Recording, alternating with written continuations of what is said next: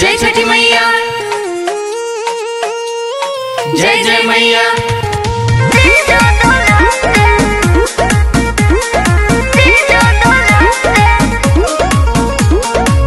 अशोक के हरक साली कहाँ दिया 6 दिन के छुट्टी बाटे बोला कहाँ। अरे साली जी बोला हो। अशोक के हरक साली कहाँ दिया 6 दिन के छुट्टी बाटे बोला कहाँ। तुम्हारा सिस्टर के काबा बिचारे जीजू सुनी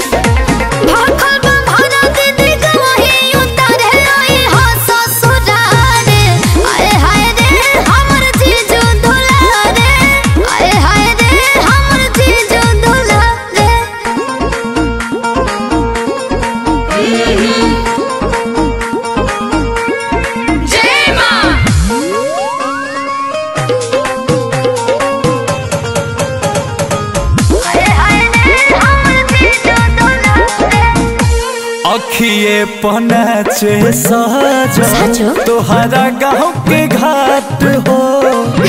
पियर पियर पेन्ही के दिया चलल जाई घाट हो। सही बोल रहे हैं जीजू। हो खेला नहीं हर में छठ बड़ा शुभ हो।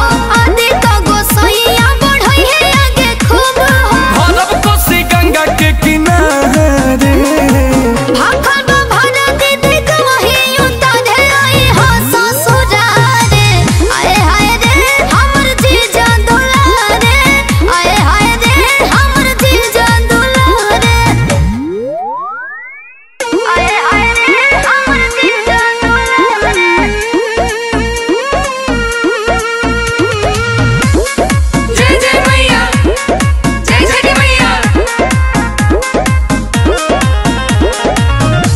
करतानी कोशिश ले ली आज के रेलिया के मिली न तो ले हब जहाज के।